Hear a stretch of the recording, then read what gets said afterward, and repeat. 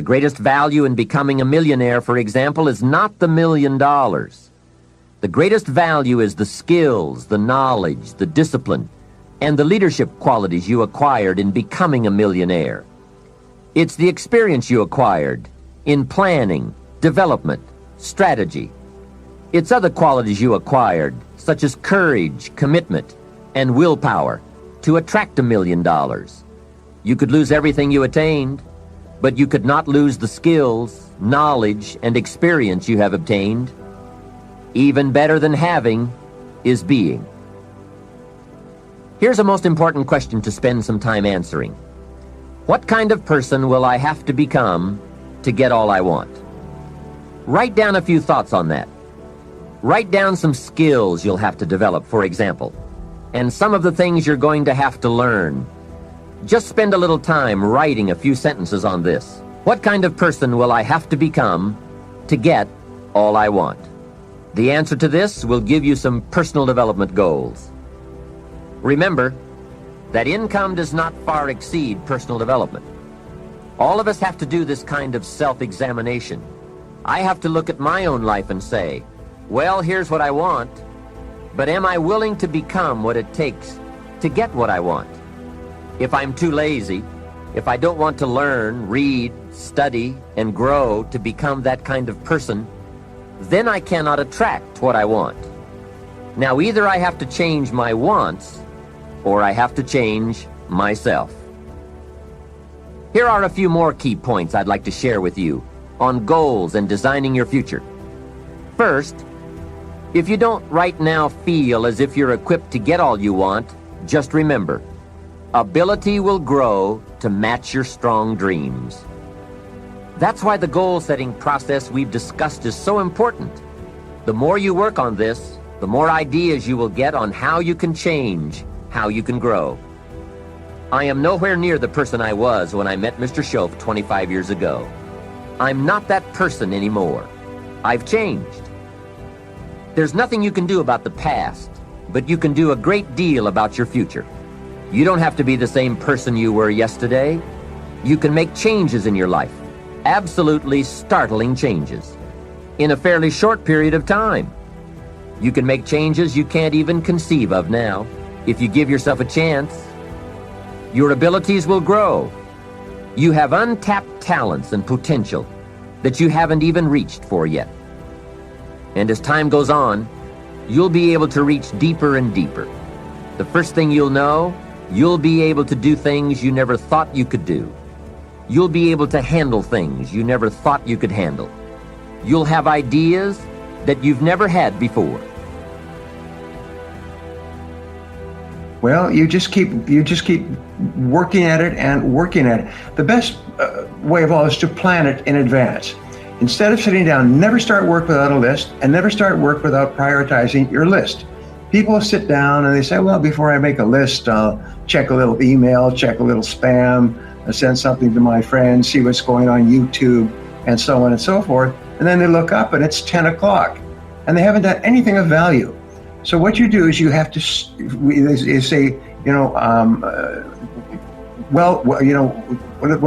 say? That if you start it right, it'll work out right. So start it on your most important task, and do that until it becomes a habit.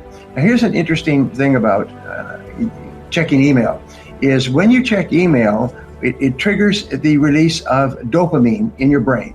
Dopamine is a drug, and by the way, there's all kinds of books and articles and scientific studies on this. And dopamine is the same drug in cocaine. And what it does is it's triggered every time you have a shiny object or something new or different or interesting or sparkling. If a telephone rings next to you, you go bing, your brain releases endorphins, and you can't hardly wait to see what it is. So you're talking to somebody, and you could be talking to somebody about something very serious, and your telephone goes off, bing, your whole mind goes blank.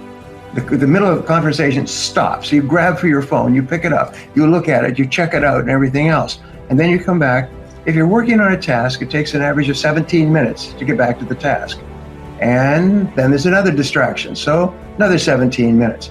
Average adult is checking their email and their phone between 95 and 145 times a day. That's crazy. which means they're like attention deficit disorder dogs. They're just literally running around back and forth the whole day. At the end of the day, they're exhausted. By the way, USA Today and Harvard have proved that you lose 1 IQ point for every hour that you leave your email on. At the end of the day, you've lost 10 IQ points. You actually become stupider throughout the day, dumber. And I ask this of my audiences. I say, have you ever finished a day where you don't think you've accomplished anything? You've been on email, responding to bings and beeps and rings and so on all day. And at the end of the day, you go home and honey says, what do you want for dinner? And you say, I don't know. I don't care. Anything. I just want to drink. Because you're so exhausted, you cannot even decide. Sit there and basically like you've just been, punched in the side of the head, because your brain is dead and you lose 10 IQ points. You get stupider throughout the day. You've got to turn that darn thing off if you want to remain sharp. Develop the habit. You say, I'm going to develop the habit and I'm going to give myself my reward, and my reward will be to check my email after I finished my first task. So all of success in life is task completion. Let me repeat that. I just had a long conversation with an entrepreneur and he almost fell off his chair. I was coaching him and he said he'd never heard that before. And then I spoke to this group I was telling you in Japan. I told them the same thing and they were just flabbergasted. Is the key to success in life is task completion. If you don't complete tasks, you have no future. And so if task completion is the key, then what you do is you complete more and more important tasks. And if you start every day by completing the most important task, your brain actually releases endorphins. Now, endorphins is another chemical, and it's only released when you do something that is life-enhancing. And what that means is when you do something that is good for you, that enhances your life, that furthers you, it makes you happy. It releases energy. It raises your self-esteem. I sort of say, if you want to be a winner, how do you be a winner? Well, you win. And winning means you cross a finish line. So if you start and complete a task, you're actually winning. And you get a feeling of being a winner, which gives you a suffusion of energy and inspiration, and it drives you and motivates you to want to get that feeling again. So how do you get that feeling again? You start and complete another task. So I've developed the habit, and people who are successful develop the habit of starting and completing tasks. So my wife comes in and says, dinner's in 5 minutes. So I look at my list and I say, okay, there's a 5-minute task.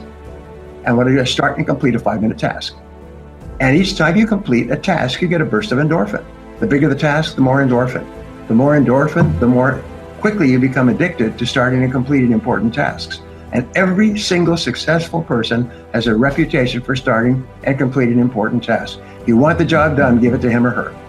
You want the product served on time, you want the product completed, you want the product manufactured, shipped, delivered. Give it to him, give it to her, give it to that company, because they always deliver. That's the best reputation you can have if you want to get rich. Have a mind that is open to everything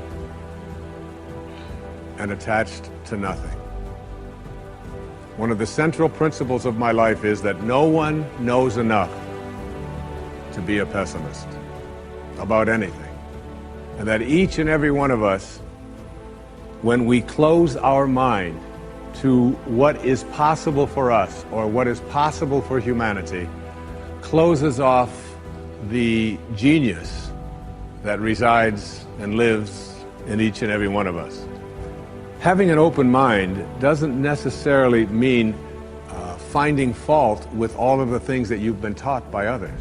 It means opening yourself up to the potentiality and the possibility that anything and everything is possible.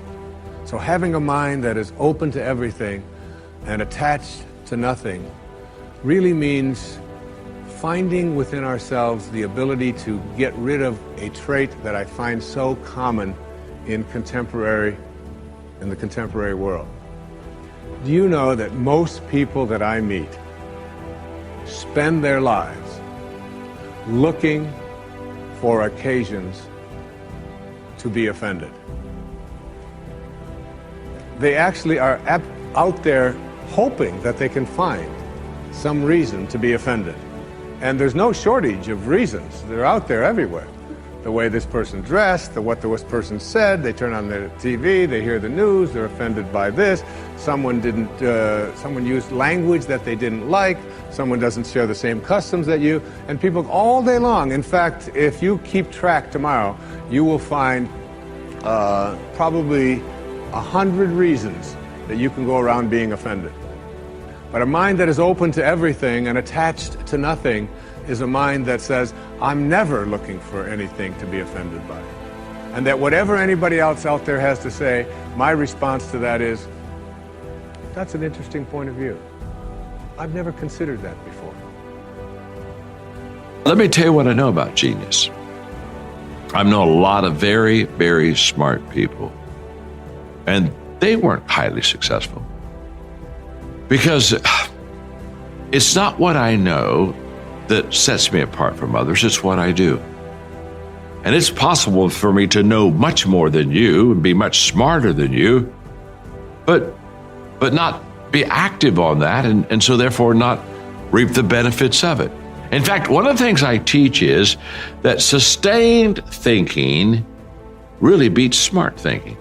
When you think of smart thinking, you think of a genius, and they've done surveys where they'll put 10 people in a room, and they'll be thinking about one idea, and after an hour, they'll remove 5 from the room, and they leave a remaining 5, and the 5 that stay for the second hour always come up with a better idea than the people who left after the first hour. Why? I mean, the people were randomly selected, so they didn't take out the dumb ones and keep the smart ones. Here's what happens.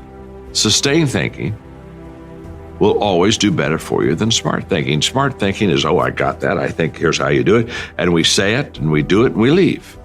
Sustained thinking says, no, there's still a better answer, and if I just give it a little bit more time, I'll get a better answer, and I'll be able to do better. A vision is about what you're here to create.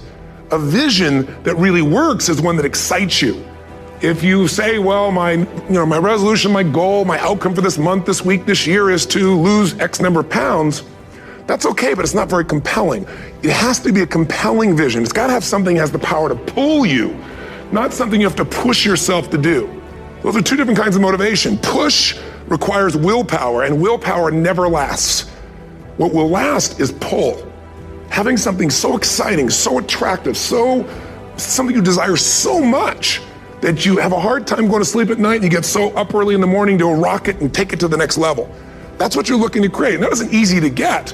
But one of the reasons we do seminars and events, and we say, why do that? Why not just read a book or something? Is because when you get in an environment where you're with people that are being put in a peak state, like when you're going to a sporting event, if you watch a sporting event at home, it might have a certain level of excitement. But when you're in a stadium with 50,000 people, suddenly it has a whole different level of intensity. And we feel that. And the bottom line of our follow-through comes down to our emotional intensity.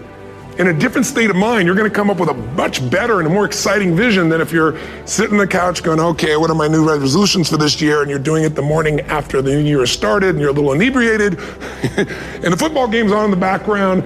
Probably not going to have the power of focus there. Probably not going to have the power of the energy to create something that's going to pull you for this year. And you got to do that. So it's got to be a vision that's compelling. Something that it's going to be a gift to make sure that it happens. So when I think of genius, I think, okay, first of all, I'm not one. And number two, you don't have to be one to be highly successful at all. In fact, at my commencement address, the speaker said to all of us and all the parents and all the faculty, he basically said, be good to your A students. They're going to go to graduate school. They're going to come back and teach in your school. And they said, be really kind to your C students because they're going to leave here. They're not going to graduate school. They're going to go build a business and they're going to come back and pay for your building someday. Well, that's probably a little gross exaggeration, but the point is this. If you're not a genius, don't worry about it. Just be a sustained thinker. That longevity of thinking will set you apart.